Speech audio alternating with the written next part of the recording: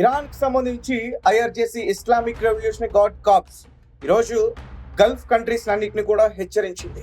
కొన్ని గంటల్లో గల్ఫ్ కంట్రీస్కి సంబంధించి పెట్రోకెమికల్ ఫెసిలిటీస్ పైన మేము దాడులు చేయబోతున్నాం, దయచేసి ఆ ఫెసిలిటీస్ దగ్గర ఎవరైనా ప్రజలు కానీ అక్కడి కార్మికులు కానీ ఉంటే వారిని అక్కడి నుంచి వెంటనే తరలించండి అంటూ కూడా కొన్ని శాటిలైట్ ఇమేజెస్ని రిలీజ్ చేసింది.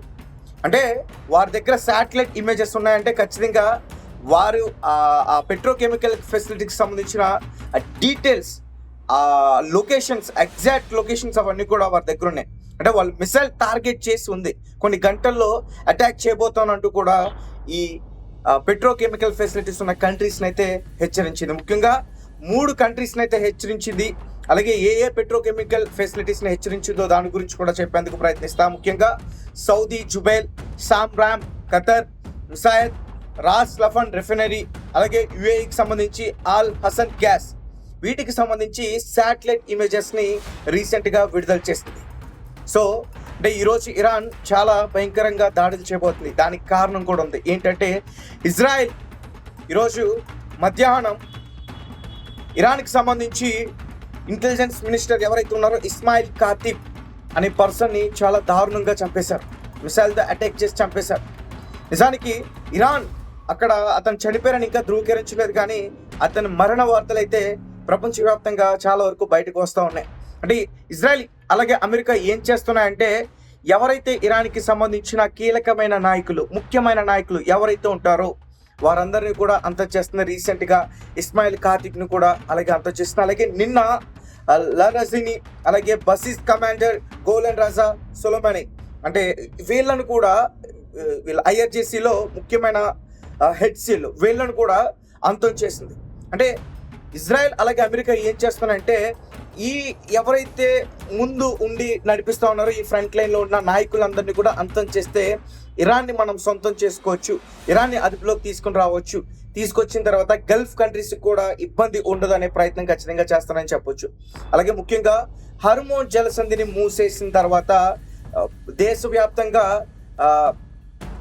ఇరాన్కి నష్టం, అలాగే ప్రపంచవ్యాప్తంగా చాలా దేశాలకు కూడా నష్టం వచ్చింది. ముఖ్యంగా భారత్లో కూడా ఎల్పిజి గ్యాస్కి సంబంధించి చాలా నష్టాలు వచ్చాయి. ఇక్కడ ప్రజలు కూడా చాలా ఇబ్బందులు పడే పరిస్థితి వచ్చింది. అయితే అమెరికా అలాగే ఇజ్రాయెల్ ఏం చేశాయంటే పూర్తిగా హర్మోన్ జలసంధిని తమ స్వాధీనం చేసుకోవాలని చెప్పేసి, తమ కంట్రోల్లోకి తీసుకోవాలని చెప్పేసి ప్రయత్నాలు గట్టిగానే చేశాయి.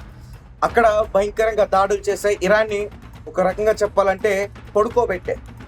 అయితే హర్మోన్ జలసంధి దగ్గర ప్రజెంట్ ఇరాన్కి పెద్ద పవర్ లేదు. అమెరికా, ఇజ్రాయెల్ అక్కడ భయంకరంగా దాడులు చేయబోతున్నాయి.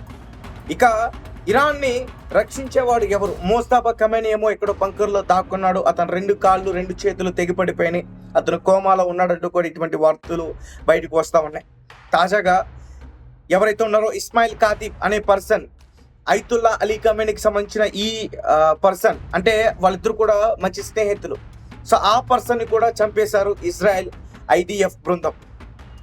రీసెంట్గా కాజ్, ఇజ్రాయెల్ డిఫెన్స్ మినిస్టర్, ఆయన స్వయంగా మేము అతన్ని అంతం చేశామని మీడియా ముఖంగా ఆయన చెప్పడం అయితే జరిగింది. మరి అంటే ఇలాంటి సీనియర్ లీడర్స్ని, సీనియర్ కాకుండా అంటే చాలా కీలకమైన నాయకుల్ని చంపేస్తున్నారనే కక్షతో, కోపంతో ప్రతీకార దాడులు చేయడానికి సిద్ధమైంది ఇరాన్. మొదటి నుంచి కూడా గల్ఫ్ కంట్రీస్ని హెచ్చరిస్తూనే వచ్చింది, యుద్ధం ఆగేంత వరకు మేము అమెరికాకి సంబంధించిన స్థావరాలపైన అటాక్ చేస్తామంటూ కూడా చెప్తున్నాయి. తాజాగా ఈ పెట్రోకెమికల్ ఫెసిలిటీస్, ముఖ్యంగా గల్ఫ్ కంట్రీస్లో ఉన్న ఈ పెట్రోకెమికల్ ఫెసిలిటీస్ పైన అటాక్స్ చేస్తాయంటూ కూడా ఇరాన్ హెచ్చరించింది.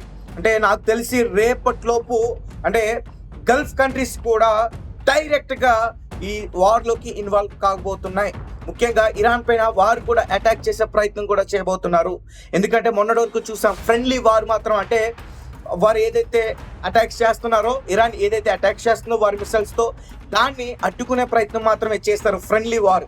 అయితే ఇప్పుడు డైరెక్ట్గా గల్ఫ్ కంట్రీస్ కూడా వార్లోకి ఇన్వాల్వ్ అవబోతున్నాయా? ఒకవేళ ఇన్వాల్వ్ అయితే ఏంటి, ఎట్లా ఉంటుంది ఈ పరిస్థితి? ప్రపంచంలో ఉన్న దేశాలని కూడా ఖచ్చితంగా ఆర్థికంగా ఇబ్బంది పడే పరిస్థితి అయితే ఉంటుంది. మొత్తానికి ఇరాన్ అయితే హెచ్చరించింది, కొన్ని శాటిలైట్ ఇమేజెస్ని కూడా రిలీజ్ చేయడం అయితే జరిగింది. పెట్రోకెమికల్ ఫెసిలిటీస్ ఎక్కడైతే గల్ఫ్ కంట్రీస్లో ఉన్నాయో, సౌదీ జుబైల్, సమ్రామ్, Qatar, Mesaieed, Ras Laffan refinery, అలాగే యుఏఈ ఆల్ హసన్ గ్యాస్, వీటికి సంబంధించి శాటిలైట్ ఇమేజెస్ ని రిలీజ్ చేసి మేము కొన్ని గంటల్లో అక్కడ అటాక్ చేయబోతున్నాం, దయచేసి అక్కడున్న ప్రజల్ని కార్మికుల్ని మీరు త్వరగా పంపించండి, కొన్ని నిమిషాలు మాత్రమే ఉన్నాయంటూ కూడా హెచ్చరించి ఆ శాటిలైట్ ఇమేజెస్ ని రిలీజ్ చేసింది.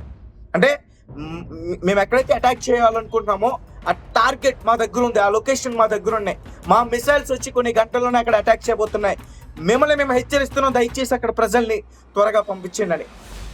ఇరాన్ ఈ దాడులు ఎందుకు చేస్తుందో క్లియర్గా అర్థమైంది. ముఖ్యమైన నాయకుల్ని మొత్తం కూడా ఇజ్రాయెల్, అమెరికా చంపేస్తుంది. సో ప్రతీకార దాడులు ఇంకా భయంకరంగా చేయాలని చెప్పేసి ఈ IRGC ఈ దాడులు అయితే చేయబోతుంది. ఖచ్చితంగా రేపటి రోజుకి చాలా నష్టాన్ని అయితే గల్ఫ్ కంట్రీస్ చూడబోతున్నాయి. అలాగే చాలా మంది గల్ఫ్ కంట్రీస్లో ఉన్న ఇండియన్స్ చాలా మంది భయపడతా ఉన్నారు. ఇప్పటికే చాలా మంది ఈ యుద్ధం వల్ల తమ భారతదేశానికి చాలా మంది తిరిగి వచ్చేసారు తమ గ్రామాలకి.